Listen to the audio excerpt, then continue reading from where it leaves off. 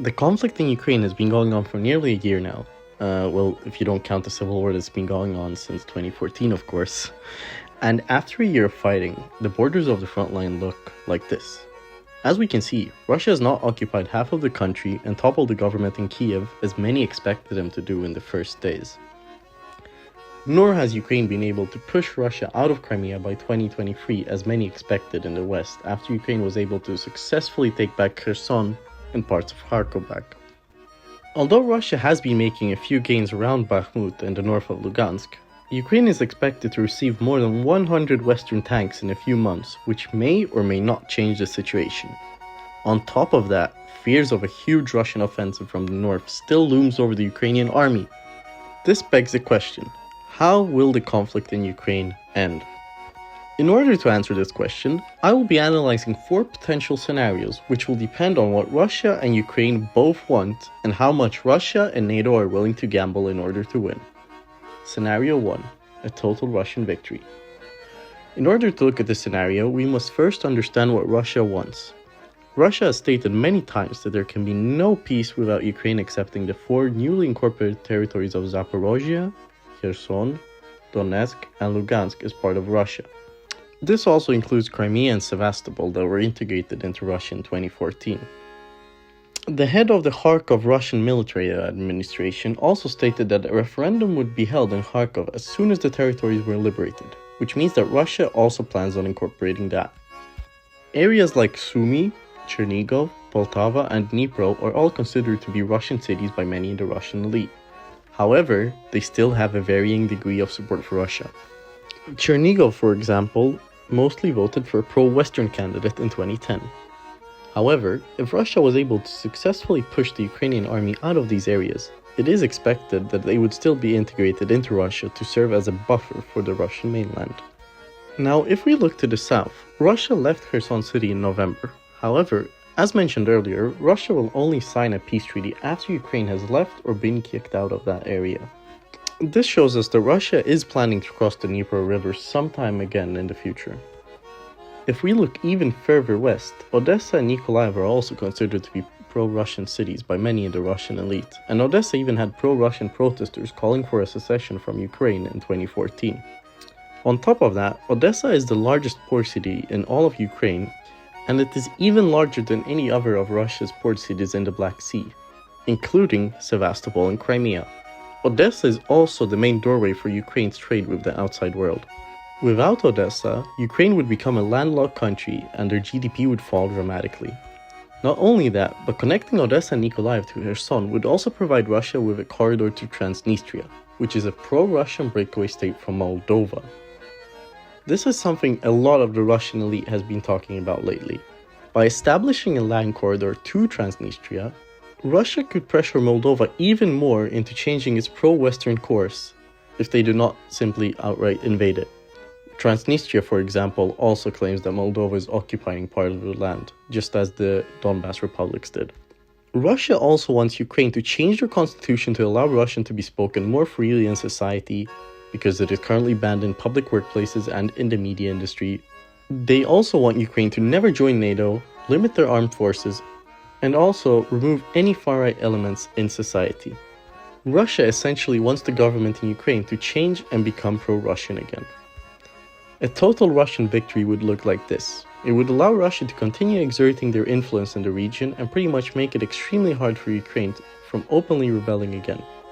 However, for Russia to impose the demands they have set, they will eventually have to reach the outskirts of Kiev or capture it in order to force a total surrender. Scenario 2. A total Ukrainian victory. After a month of Russia's invasion, the government in Kiev initially said that they would be willing to compromise on NATO membership in return for security guarantees from America and even Russia. They also demanded a total ceasefire and said that they would not recognize any territorial changes. However, after Ukraine's successful takeover of Kherson City in November, and their successful counteroffensive in Kharkov a few months earlier, Ukraine's stance on the terms of peace had changed significantly. Firstly, Ukraine has demanded a total pullout of Russian forces from Ukraine, including Crimea and the Donbas regions. Secondly, Ukraine has demanded a tribunal to be held for everyone involved in the conflict from the Russian side. However, even if Russia was defeated in Ukraine, a total government change in Russia would be required for the Russian elite to be put on trial, which is currently very unlikely. Thirdly, Ukraine has demanded to be accepted into NATO and the EU, which is very much possible if the conflict in Ukraine ends in their favor. It is important to note that Ukraine has also asked for reparations. However, the amount of reparations they could ask for is still unknown, and it is expected to increase as the conflict continues to drag on.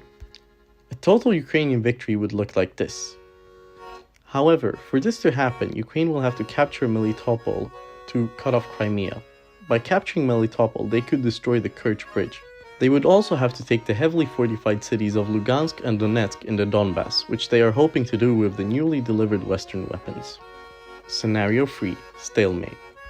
Although Russia is still making slow advances near Bakhmut and the north of Lugansk, a stalemate is also a possible outcome of this war. A settlement that sees Russia retreating to the pre-conflict line of contact is hard to imagine. Neither Russia nor Ukraine is prepared to agree to a negotiated settlement that ultimately amounts to a failure to achieve their aims. And yet, a United Nations-backed deal negotiated by Turkey to allow the export of grain from Ukraine provides a beacon of hope. That Russia and Ukraine may cooperate, at least in economic matters that benefit both sides. The consequences of a stalemate are very clear. The destruction of human and physical capital has reduced Ukraine's macroeconomic performance, and a frozen conflict will prolong the economic costs of this war.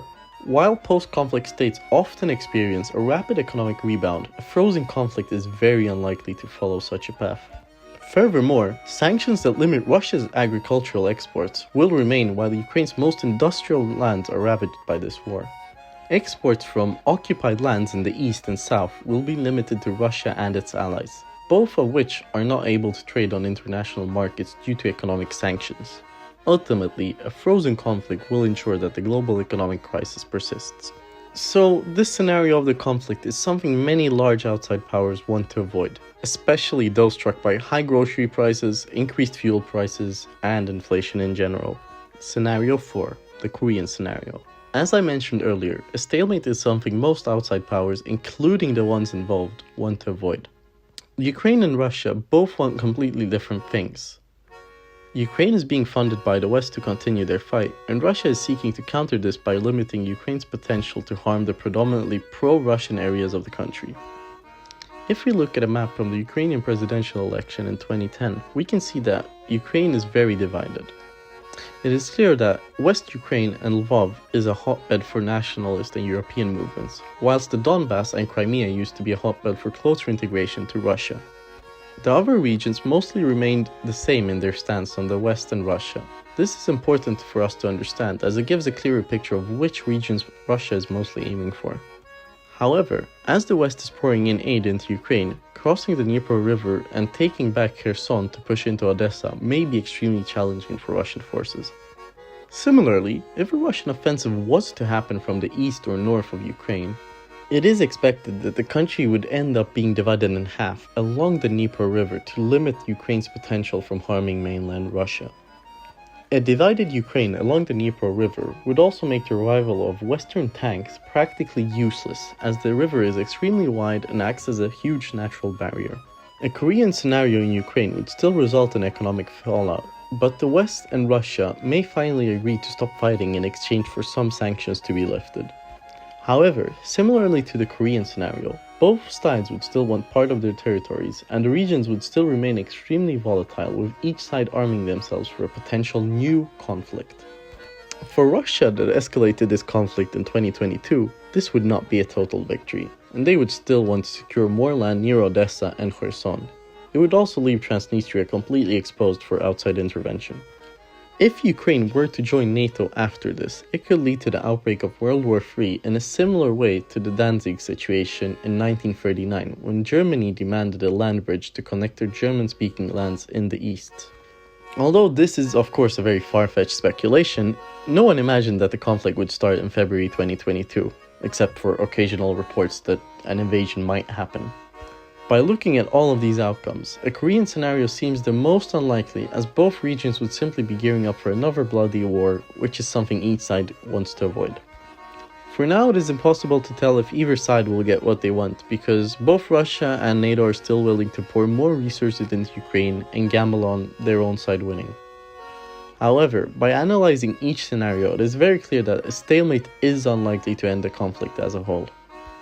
If NATO and Western aid dwindles, Russia will be able to increase their offensive as Ukraine slowly runs out of shells, ammunition, and armored vehicles.